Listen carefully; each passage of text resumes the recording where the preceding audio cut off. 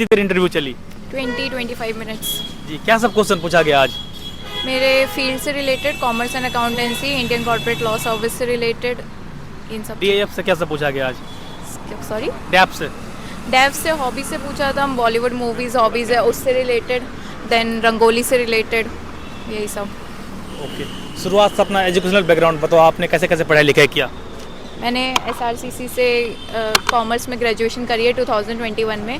Then I gave my first attempt जिसमें prelims clear नहीं हुआ। सेकंड अटैम्प्ट में मुझे इंडियन कॉर्पोरेट लॉ सर्विस मिला है, फिर अब ये मेरा फोर्थ अटैम्प्ट है। जी मैम, प्रीलिम्स की आपकी क्या स्ट्रेटजी थी, क्या रणनीति थी? ज़्यादातर बच्चे प्रीलिम्स में ही फंसते हैं।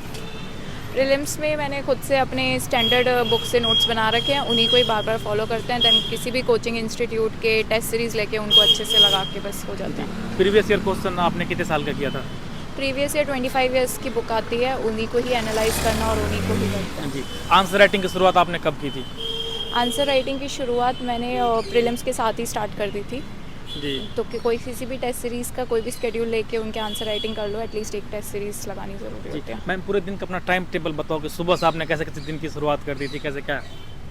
एज सच कोई टाइम टेबल नहीं है, मिनिमम 6 to 7 आवर्स निकालने पड़ते हैं पढ़ाई के लिए, बस वही हो जाता था। डेली से बना? यस। मैम ज़्यादातर सवाल कहाँ से पूछे गए आपके इंटरव्यू में? डेव बेस्ड और ग्रेजुएशन बेस्ड, अच्छा, इन दोनों से ही करंट ज़्यादा। से कोई सवाल? करंट से चाइना से रिलेटेड कि इंडिया चाइना में क्या क्या इश्यूज़ हैं, हाँ। एज अ कोलैबोरेटर है वो, एज अ कंट्रोवर्शियल है ये सब। रशिया का, ट्रम्प का स्टेटमेंट्स वो हैं उनसे रिलेटेड। अच्छा अच्छा। और ये बताइए मैडम कि इंटरव्यू जो आपने दिया कितने समय तक आपका चला है? 20 से 25 मिनट। 20 से 25 मिनट। मॉक इंटरव्यू और रियल इंटरव्यू में कितना अंतर देखने को मिला? बहुत ज़्यादा अंतर होता है मॉक और रियल इंटरव्यू में। हाँ। मुझे सिमिलैरिटी नहीं लगती है ज़्यादा। इंटरेस्टिंग क्या पूछा गया मैम, जो आपको लगता है सबसे हट के सवाल था? हट के सवाल तो एज सच कुछ भी नहीं था। रंगोली वगैरह का ही पूछ रहे थे, उसका इतिहास। लापता लेडीज से स्टार्ट करा था, उसमें पुलिस का कैरेक्टर आपको कैसा लगता है वो एनालाइज कीजिए उससे। ओपनर से कोई सवाल पूछे? हाँ, कॉमर्स एंड अकाउंटेंसी से ही सवाल थे। Profit and loss, balance sheet, income and expense, ये सब मैम से। अपने कॉलेज की सोसाइटीज़ और कॉलेज की लाइफ से रिलेटेड इंटरव्यू में कितना योगदान रहता है? कॉलेज के बारे में वो पूछते हैं SRCC का कि आप कहाँ से हो, कैसे करा है, उसके बाद भी यहाँ क्यों आना है जब प्लेसमेंट अच्छी मिलती है, तो उन ये सब चीज़ें मैटर करती हैं। अब मैम CSAT के लिए क्या आप बोलना चाहेंगे? CSAT काफ़ी टफ देखने को मिलता है, बच्चे बहुत कम क्रैक कर पाते हैं। CSAT के लिए आई बिलीव अगर आप पास्ट ईयर पेपर सॉल्व कर रहे हैं, उसमें अच्छा स्कोर कर रहे हैं तो उससे हो जाता है। बाकी बेसिक मैथ्स और इंग्लिश हेल्प करती है। आंसर राइटिंग के लिए कब से स्टार्टिंग कर दी थी आपने? प्री के बाद की के साथ में कर दी? प्री के पहले मैंने अपना ऑप्शनल प्रिपेयर किया, देन प्री के बाद मेन आंसर्स GS 1 2 3 4 एंड ऐसे के। GS4 पेपर के लिए मैम आपने क्या किया था? GS4 के लिए मैंने खुद के नोट्स बनाए थे, उनको कंसोलिडेट किया था, फिर आंसर राइटिंग उन्हीं पे फोकस ऐसे की किया। तैयारी आपने कैसे किया?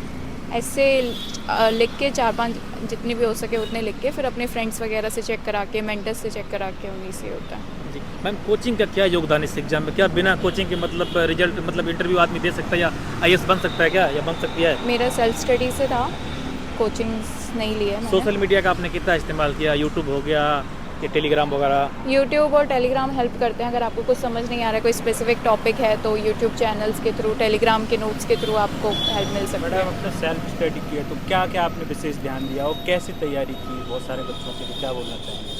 सिर्फ एक जो भी स्टैंडर्ड बुक्स आप फॉलो कर रहे हैं वही फॉलो करते रहिए, उनके नोट्स बना के उनको कंसोलिडेट करके पढ़ते रहिए।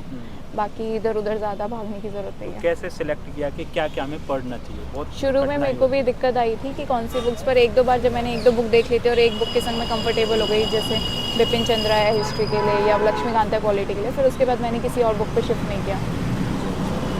तो क्या बोलना चाहेंगे एस्पिरेंट के लिए 2025 में जो प्री देने वाले हैं? All the best. क्या क्या विशेष अब ध्यान देना चाहिए, जो समय बहुत कम बचा हुआ है? क्या करंट अफेयर्स और टेस्ट सीरीज़, अगर टेस्ट सीरीज़ में भी, क्योंकि आपको नहीं पता है क्या आने वाला है, टेस्ट सीरीज़ में भी आप देखिए, क्वेश्चंस को देखिए, उसी में ही मोस्टली आंसर्स होते हैं, छुपे होते हैं। अगर आप वो कर पा रहे हैं तो you can do it. Ma'am test series या PYQ क्या ज़्यादा ज़रूरी है? PYQ analysis is more important, क्योंकि थीम्स रिपीट होते हैं और उसी लाइन्स पे क्वेश्चंस आते हैं, तो उनका एनालिसिस ज़्यादा इंपॉर्टेंट है। कितने साल का PYQ कर लेने चाहिए? 25 ईयर्स की जो बुक आती है उसमें से सब्जेक्ट वाइज आपको सारे इंपॉर्टेंट कर लेने चाहिए, जैसे इकोनॉमिक्स, ज्योग्राफी, इन सब के, हिस्ट्री के बहुत ज़्यादा आते हैं। और PYQs का एनालिसिस कैसे किया जाए?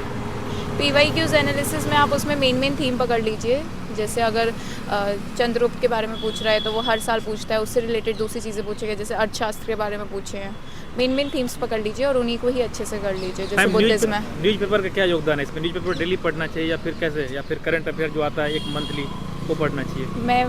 मेरे को पर्सनली मंथली करंट अफेयर्स पढ़ना ज़्यादा इजी लगता है, तो वो मैं प्रेफर करती हूँ। बट न्यूज़पेपर पढ़ना एक खुद के लिए भी एक अच्छी हैबिट होती है, तो वो प्रेफर करना चाहिए।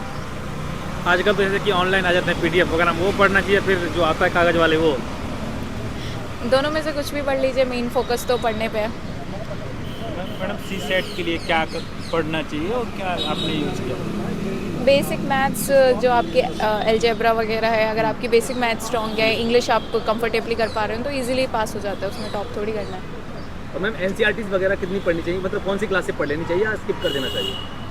NCERT आपके ऊपर है। मेरे को NCERT पढ़ना पसंद नहीं था, स्टैंडर्ड बुक से मैंने पढ़ा था, उनसे हेल्प मिलती है। पर लेकिन कुछ सब्जेक्ट्स के लिए, जैसे ज्योग्राफी के लिए NCERT से बेटर कोई बुक नहीं है। तो मैम लगे हाथ आप 100 बुक्स की थोड़ा सा बुक लिस्ट भी बता दीजिए।